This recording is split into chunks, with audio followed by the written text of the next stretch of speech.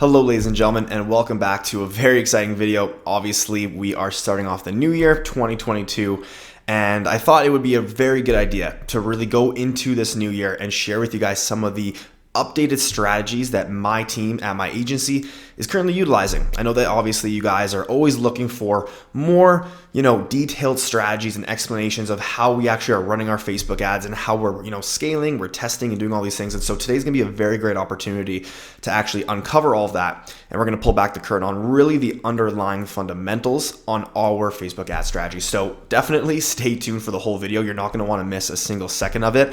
That is not a tactic to increase average watch time. That is just simply letting you know that all the information I'm sharing with you guys goes hand in hand. So you need to be able to watch this full video to have the proper context to properly execute all the information I'm going to share with you. Now, before we dive into my computer and I share with you guys all of the tutorial for Facebook ads for 2022, I want to ask you guys to please like this video if you get a ton of value from it. And don't forget to subscribe. It helps tons with the YouTube algorithm. And of course, it helps me as a content creator to push out more content for you guys. So without further ado, let's jump into my computer and go through this 2022 Facebook ad strategy tutorial. All right, ladies and gentlemen, so the Facebook ads in 2022 tutorial, saying goodbye to 2021, going into 2022, a lot of exciting things to come. And so in today's video, we're gonna be going over the planning and preparation side of building your ad campaigns, the campaign and funnel breakdown, cold traffic targeting, and warm traffic targeting.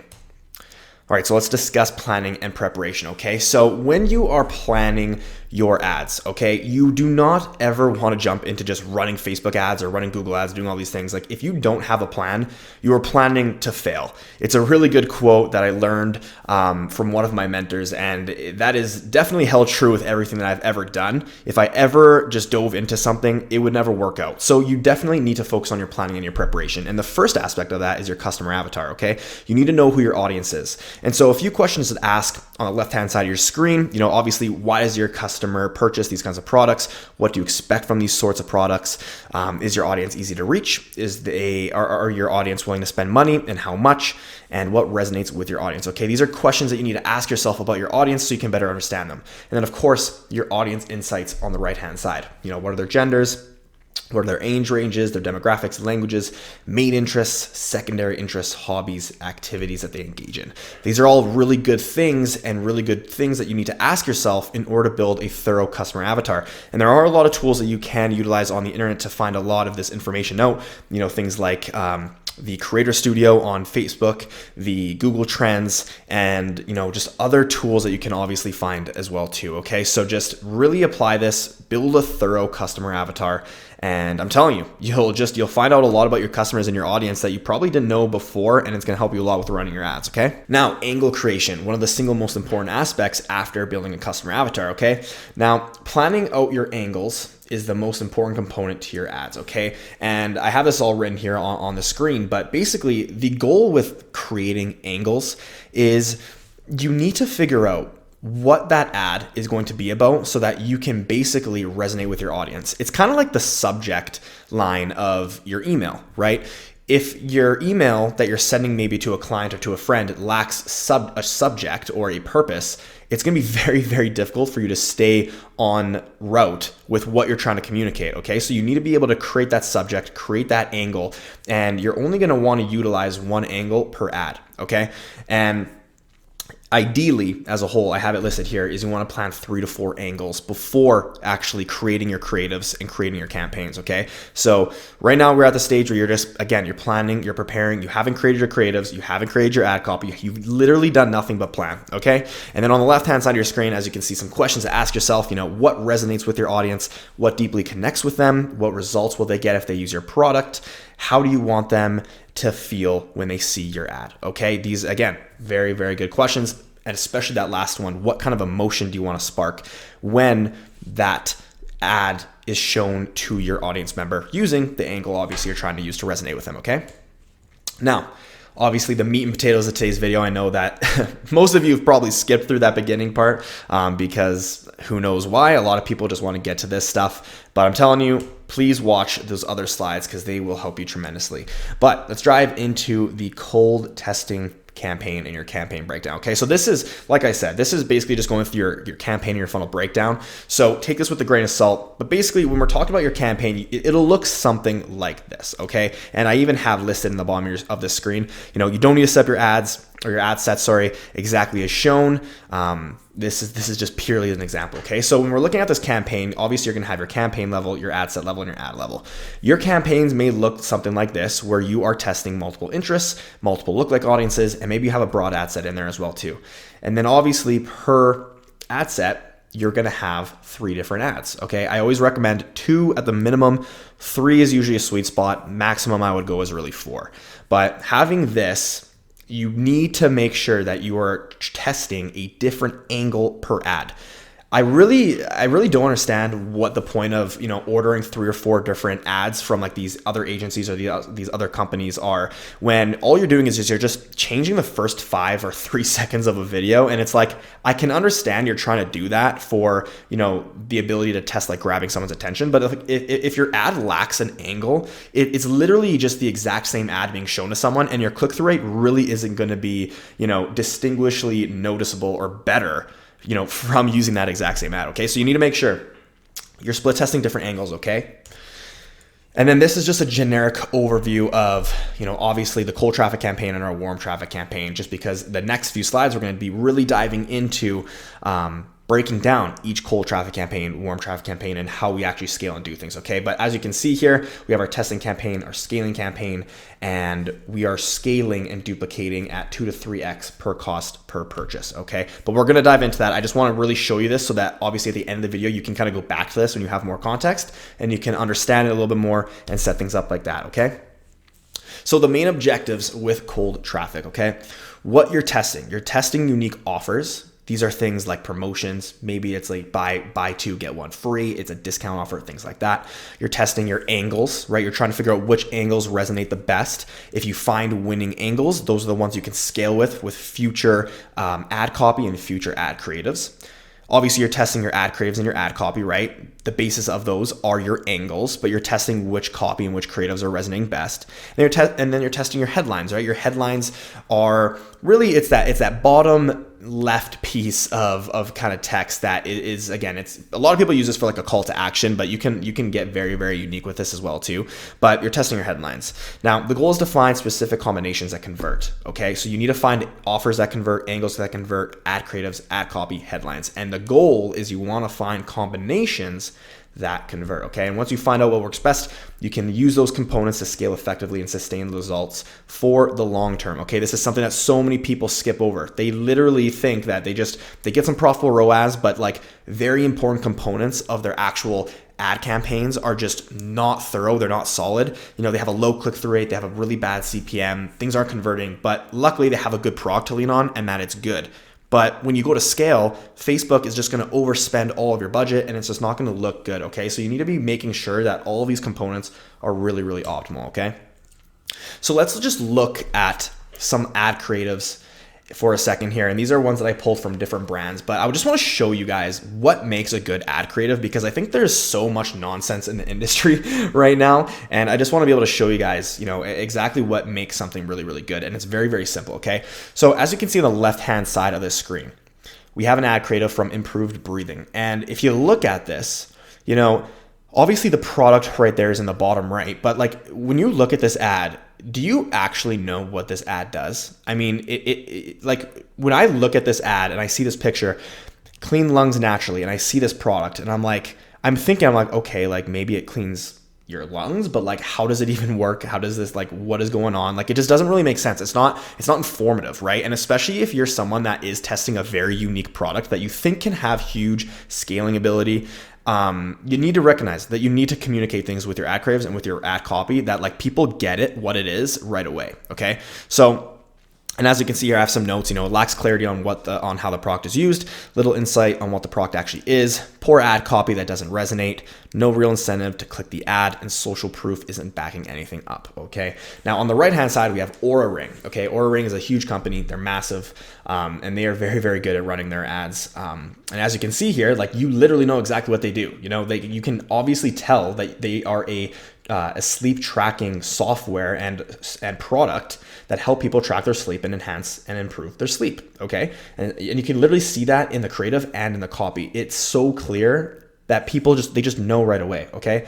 So it directly mentions product benefits. You know exactly what the product does. It identifies a common pain point for most people. The branding is done very, very nicely. That's another thing to remember, is your branding needs to be on point, and it establishes social proof in the ad copy with facts. Okay. Social proof doesn't need to necessarily be, people giving testimonials, but it can be about facts, things like that. Right.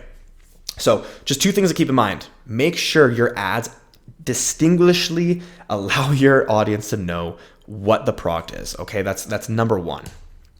So let's dive into cold traffic targeting, okay? So a lot on the screen, but let's walk through this together, okay? So as you can see on the left-hand side, your testing campaign, and again, I just want to make something really, really clear here, is this may not look like your testing campaign. There may be more ad sets, there may be less, okay? But in your testing campaign, the goal here is you want to test as many audiences as possible, and ideally ones that you have, researched, right? You don't want to be, targeting, people that are interested in, tech, right? Like tech interest when you're selling a beauty product, right? So do some research. So you have your ad sets, and then you have your ads. You have your 3 ads connected to each ad set.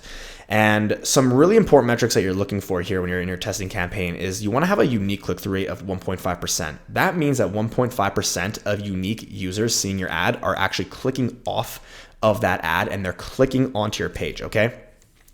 Your website conversion rate, it needs to be a 2%, guys. I'm telling you, like, your campaigns may actually be good with its CPM and with your click-through rate, but if your website conversion rate sucks, it's gonna be very, very, very hard to scale, okay? And obviously your cost per purchase, it needs to be 0 to 50% max of what your break-even ROAS is, okay? So if your break-even ROAS is, a 1.7, 50% of your cost per purchase is good. So if you have a product that is $20, you need to aim for a cost per purchase of at least $10 if your break-even ROAS is, a 2, right? So you need to keep these things in mind. Your cost per purchase is literally one of the most important aspects and one of the most important metrics that so many people overlook. And it's like, if you just make sure that you are profitable on a ROAS level and your cost per purchase is adequate, that you are profitable, things will be good, okay? Now, let's talk about scaling. This is something that so many people ask questions about. No one understands it. No one knows if you're supposed to duplicate or if you're supposed to add ad spend budget, all these different things. There's so many different questions, okay? But way that we do it is we always stick to an ABO level. We do not use CBO unless we are literally spending for a client more than $2,000 a day. Like, that's literally the only time we ever use CBO. Now, when we're talking about duplicating, right, it's very, very simple. You have a testing campaign where you're testing new audiences and you're testing new ads. Like, it's exactly that. It's a testing campaign. You're testing audiences, you're testing ad angles, you're testing creatives, things like that. So all of your tests are in that campaign. Now, obviously you will find successful testing audiences, so you can let those run. You don't need to be turning things off if they're profitable. Just let them run, okay? Now, when we're talking about duplicating, we're talking about scaling. You need to create a separate campaign. This is gonna be your scaling campaign, okay? And this is where you can start to scale things at 2 to 3x your cost per purchase. Now, why do we do that, okay? Well, very, very simple. If you need to make more sales per day and your average cost per purchase is, let's say, $20, well, if you want an audience to be making 3 to 5 sales, you need to be duplicating it at 3 to 5 times what that cost per purchase is. So if your cost per purchase is, let's say, $10, right, you're going to duplicate that ad set. If it's at a $5 ad set, you're going to duplicate it to, $15 or $25, right? So you need to keep this in mind. So whatever goal of sales you're trying to make per day is what you need to be duplicating it by the cost per purchase, okay? So again, another example, if your cost per purchase is $20 and you want to be making 3 sales per day instead of 1 sale per day, right? You're going to duplicate that $20 ad set, you're going to duplicate it, and you're going to turn it into $60. Okay, your cost per purchase is $20. You need to be spending at least $60 per day to be making ideally 3 sales per day. Okay, so hopefully that makes sense. So as you can see here, your scaling campaign, it'll have your winning ad sets. with your winning ads, okay? And it's very, very simple to do this because in your testing level, you're gonna be turning off ads that aren't producing a good click-through rate. If you have a low click-through rate, you're gonna be turning those ads off, and it'll make it very easy for you to basically duplicate those ads into a new campaign. And all you need to make sure of is when you're duplicating those ads into a new campaign, just make sure that on the ad level, the ad ID is the same, okay? You don't want to be duplicating ads and making the mistake of having different ad IDs because you're just going to lose all that social proof and all that engagement that you've potentially built up, okay? Now on the rules side, at the bottom of your screen, always scale any profitable testing audiences in your testing campaign into your scaling campaign. Obviously very straightforward, and duplicate audiences at 2 to 3x per cost per purchase. We always find 2 to 3x is a really good sweet spot. Anytime we've gone above and beyond that, it's just begun to get really, really tough.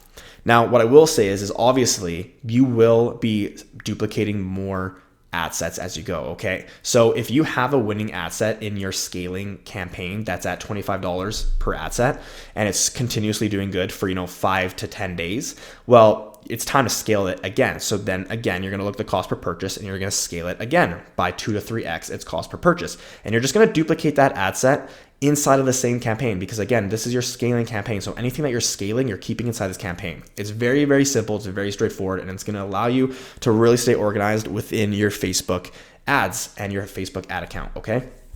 So moving on, let's talk about warm traffic targeting. Okay. Very straightforward, very easy, but need some context because I think a lot of people, they overcomplicate retargeting and they make their life very, very difficult. Okay. So some rules with your retargeting. Okay. With retargeting, you can adjust the ABO budgets because this will not affect Facebook's ability to optimize. Guys, when you're adjusting ad set level budgets in a cold traffic campaign, so you're bringing in cold traffic, that will affect Facebook's ability to optimize because you're giving them more budget. Sometimes it's good, sometimes it's bad. I find most of the time it's actually bad. And so it's just going to affect their optimization ability. But with retargeting, it's basically only relying on your pixel. So it's just targeting people that have engaged with that audience that you're currently utilizing within that ad set, right? So you're simply showing those people your ads, okay? Now, again, you want to keep things simple. There's no need to complicate your retargeting with all these kinds of audiences unless you are spending more than $2,000 per day on ads. Guys, there are so many times I jump into people's ad accounts and they have a retargeting campaign that are, it has like 5 or 6 different audiences in it, ad sets with one audience in it, and it's like, they're targeting for add to cart, they're targeting for initiate checkout, add payment info, all these things, and it's like, you might convert one of those people and your ROAS is going to be like a 30 for the day because you're only spending $2 to get like a $60 purchase. But it's such a low amount that at the end of the month, when you look at your P&L, you're going to be like, oh, well, like that ROAS actually doesn't mean anything because I've only really made like $300 from my retargeting. Like it doesn't really make sense to do that. Okay. So keep things simple. Your ROAS might not be these egregiously high numbers, but they're at least going to be accurate and they're going to be producing results. So keep it very, very simple. You only really need the audiences that I've listed here below, unless you're spending so much money per day and you have such a large audience that you're targeting that it will make more sense to target more directly for those certain audiences for add to cart, initiate checkout, all those things. Okay. So again, another rule is you want to aim for a frequency of 2 to 3. Now, this is something to take into consideration because at a minimum, you want to be showing your ad to people about 2 to 3 times per day. But if you feel like this is converting really, really well, well, maybe you increase your budget a little bit to test that performance, right? If you find that it's just, again, like you add more budget, your frequency goes up to about a 4 and things are getting a little bit more shaky, things aren't converting as good, well then again, lower that frequency by lowering the budget and vice versa, right? So play around with this. So adjust your budgets based off of the frequency you're seeing works best and converts best with your audience. This is a really good gauging thing that we basically use to gauge the success of our retargeting campaigns. And at the bottom here, you can see the audiences. We only really target for 2, Facebook and Instagram engagement and website traffic. It's literally all you need, and adjust the budget accordingly to aim for a minimum of a 2 to 3x frequency, okay? So once you see that your frequency on Facebook shows about a 2 to 3, that's how you know you're kind of in that sweet spot for budget range, okay? So you may be spending $1,500 a day on ads and your frequency is sitting at a 2 to 3, but your retargeting budget is maybe like $200, something like that, right? So just again, keep this in mind. You want to make sure that your frequency is at a good range and you want to make sure that you are ideally spending a good amount to retarget people at a really good pace, okay? Now on the right hand side, you can obviously see how this ad setup is. It's very simple, it's very straightforward. Retargeting is probably the easiest campaign ever to start. So ladies and gentlemen, now we can go and take a look at this slide that we showed at the beginning of the video, and we can show you guys that you have a lot more context to everything now, right? So you can see in your cold traffic, you have your testing campaign, you have your scaling campaign, and then obviously in your warm traffic, you have your Facebook and Instagram engagement for 180 days and your website visitors for 180 days as well too. So it's very, very simple. We really have a simplistic approach to Facebook because it really is a simple platform to use. And the more simple you approach things with your campaigns with Facebook, the better the results are going to be long-term. Long-term results, guys. You do not want to have something that works for like a month and then all of a sudden the second month it just dies down. You do not want that. That is not secure. And when it comes to e-commerce, you want to build sustainability. Okay, so now that you've gone through this whole slide, you can understand this a lot better. Feel free to screenshot this or even go to our website, which is linked below. And if you go on our homepage, basically a pop-up will come up. You can opt in and you can actually get the full document that shows our retention campaign and our onboarding section. So it's a very, very simple document. Okay. All right, ladies and gentlemen, so as you can see by this video, we have a very, very simple approach to Facebook. I know I mentioned that, and as you can see in these campaigns, it's really not anything complex. And again, I just want to reiterate that our agency believes that if you are taking a very complicated approach to Facebook, it's just going to make things so difficult for you. And you're always going to be thinking to yourself, like, what am I doing wrong with my ads? Am I missing something, or do I need to add something? You're going to overcomplicate the whole process, and you're going to overthink a lot of what you're doing instead of just knowing that, maybe certain challenges or certain things that aren't going your way are currently directed to like this variable, which is either your ads, your ad angles, things like that. So you want to keep things very, very simple because again, it's just going to allow you to make better decisions quicker and more efficiently with Facebook. Okay. Now, obviously by the end of this video, you're probably realizing that this isn't the type of video that's going to tell you exactly what to do, what, audiences to test, what look like audiences to test. And I never had the intention of doing that because, every business and every brand is different. So you need to be able to make the calculated decisions off of the data that you currently have within your Facebook ad account on what look like audiences are the best and what interests are the best. Okay. So it is going to take some testing. It is going to take some trial and error, but again, nobody in this world can tell you which audiences to test. Okay. So you need to go do that research yourself. You need to test things and you need to be willing to go out and find all the information for yourself. So ladies and gentlemen, thank you so much for tuning into this longer form video. If you stuck around all the way, thank you so much for all the support. And again, don't forget to like this video if you got tons of value from it. And do not forget to subscribe to the channel. It helps tons to boost this channel to YouTube's homepage. And of course, it helps me as a content creator. So thank you guys again. Leave a comment below on the next video topic. I know I have a few planned out, but I am always intrigued to see what you guys are kind of looking to get in terms of information. So drop a comment below and I'll make some content about it down the road. But Happy New Year. I really wish that you guys have a prosperous and successful new year in 2022. And I look forward to making more content for you guys. So without further ado, I will see you guys in the next video. Peace.